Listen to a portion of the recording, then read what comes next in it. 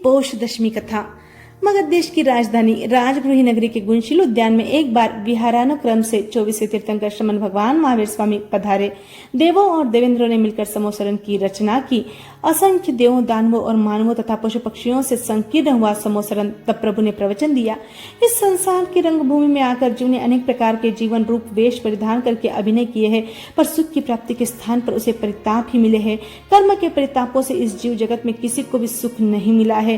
कर्मों के परितापों से कषाय बढ़ते हैं, कषायों से राग द्वेष घर करते हैं, तो फिर आत्मा को स्वभाव दशा की प्राप्ति होना असंभव होती है। अतः हे भव्यो, यदि तुम्हें आत्म सुख प्राप्त करने की इच्छा है तो कषायों और राग द्वेष की ज्वालाओं को नष्ट करने के लिए प्रयत्नशील बनो। इस प्रकार प्रभु के प्रवचन को सुनकर अनेक जीव प्रतिबोध पाए। तब राजा श्रेणिक ने पौष दशमी का महात्मा पूछा। तब प्रभु फरमाते हैं, श्रेणिक, पौष दशमी के दिन 30वें तीर्थंकर पुरुषादानी श्री पार्श्वनाथ भगवान जन्म कल्याणक होने से उस दिन जो भव्य आराधना करता है वह सूर्यदत्त सृष्टि के समान आनंद लीला का विलासी बनता है। राजा श्रेणिक ने पूछा, भगवान यह सूर्यदत्त सेठ कौन था? तब भगवान ने सूर्यदत्त सेठ का विवरण इस प्रकार फरमाया। इस भरत क्षेत्रगत सुरेंद्रपुर नामक नगर में सूर्यदत्त नाम का धनाढ्य और विपुल वैभव का भोगी नगर सेठ था। शीलवती नाम की पत्नी के साथ सुख भोग में मग्न था नगर सेठ। भोगों के भ्रमर उस नगर सेठ सूर्यदत्त का जीवन भोग और उपभोग में ही ओतप्रोत था। अतः उसने कभी भी अपने हिताहित का विचार नहीं किया। एक बार वह नगर सेठ सूर्यदत्त 225 जहाजों में माल भरकर समुद्र मार्ग से रत्नद्वीप गया। वहां व्यापार में बहुत लाभ प्राप्त करके वह पुनः अपने देश की ओर समुद्र मार्ग से चला। मध्य समुद्र में तूफान आया जिससे उसके सभी जहाज कालकूट द्वीप के निकट फंस गए। तब सूर्यदत्त ने 500 बैलगाड़ियों में सार वस्तुएं भरकर अपने नगर की ओर प्रयाण किया। मार्ग में भयानक अटवी में से जाते हुए उसके सारे धनमाल को लुटेरों ने लूट लिया। हताश और दीन हुआ वह सूर्यदत्त भटकता भटकता अपने घर पहुंचा। घर में रखी तिजोरी खोलकर अंदर से स्वर्ण मुद्राएं निकालने के लिए उसने जैसे ही तिजोरी में हाथ डाला कि भीतर से किसी के अकथ्य वेदनाएं दी। वह जोर से चिल्ला पड़ा। सेठ के रोने को सुनकर परिजन और उसकी पत्नी भागे आए। सेठ ने रुदन करते हुए क्रंदन का कारण कहा। तब उसकी पत्नी ने मशाल जलाकर तिजोरी के तल को देखा तो स्तब्ध हो गई। वह तिजोरी में स्वर्ण मुद्राओं का तो पता ही नहीं था, किंतु वहां तो सांपों, बिच्छुओं और कान खजूरों का साम्राज्य था।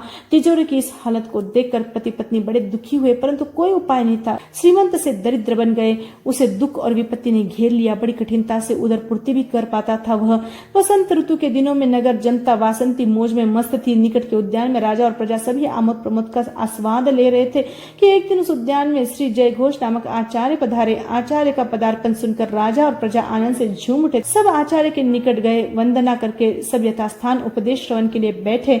आचार्य ने उपदेश दिया, देवानुप्रियो, संसारस्थ प्रत्येक आत्मा, फिर वह चाहे कहीं भी और किसी भी परिस्थिति में हो, उसके अंतःस्थल में सिर्फ एकमात्र अभिलाषा और इच्छा रहती है कि मैं ऐसा प्रयास करूं जिससे मुझे सुख मिल जाए और मैं दुखों से मुक्त हो जाऊं।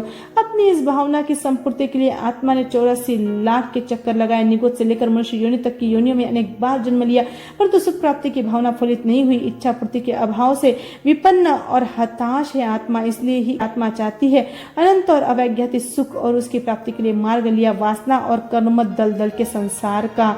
इस मार्ग से तो अनंत काल तक भी सुख की उपलब्धि संभव नहीं है। सुख की प्राप्ति के लिए तो इस मिथ्या मार्ग को छोड़कर आत्मा भी मुक्त बनना पड़ेगा। चारों कषाय और राग द्वेष से छुट्टी लेनी होगी, क्योंकि कषाय और राग द्वेष ही सुख की उपलब्धि के मार्ग में अंतराय के कारण है। अतः हे भव्यों, यदि तुम्हें आत्मानंद प्राप्त करना है तो देशवीरति अथवा सर्ववीरति के सुखकारी मार्ग में प्रयाण करो, जिससे एक दिन लक्ष्य प्राप्त करने में सफल बनोगे। आचार्य जय घोष की वाणी का पान करके जनता में से अनेक जीव स्वाभिमुख बने। एक दिन सूर्यदत्त ने गुरु को अपने दुष्कर्मों का हाथ सुनाकर उनसे मुक्ति होने का मार्ग पूछा। तब गुरु ने उसको पौष दशमी की आराधना करने का संकेत किया। उत्साह और भावपूर्वक सूर्यदत्त ने पौष दशमी की आराधना सविधि प्रारंभ की।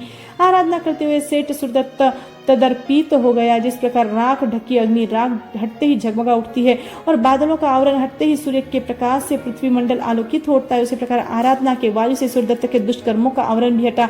एक दिन प्रातः कृत्य से निवृत्त होकर सूर्यदत्त अपने घर के आंगन में आया कि एक संदेश वाहक ने खबर दी कि अनुकूल वायु से आपके वाहन कालकूट द्वीप के दलदल से निकल गए हैं। प्रसन्नता से झूम उठा सूर्यदत्त। उसी दिन मध्याह्न में उसकी पत्नी और परिजनों ने तिजोरी खोली। उसमें सांप, बिच्छू और कान खुजरे नहीं थे, परंतु स्वर्ण मुद्राओं का गंज पड़ा था। यह लीला देखकर सूर्यदत्त सेठ तो प्रसन्नता से उछल पड़ा।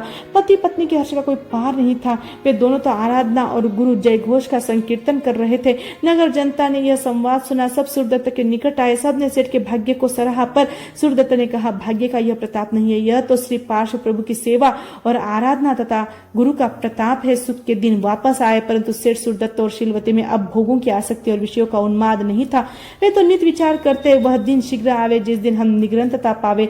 गुरु ने फिर एक बार अपने चरणों से सुरेंद्रपुर के उपवन को पावन किया। आचार्य श्री ने मास कल्प स्थिरता की। गुरु के चरणों की सेवा करता हुआ सूर्यदत्त गुरुवाणी का पान करता अपने पुत्र को गृहभार सौंपकर गुरु के निकट सर्ववृत्ति चारित्र ग्रहण किया।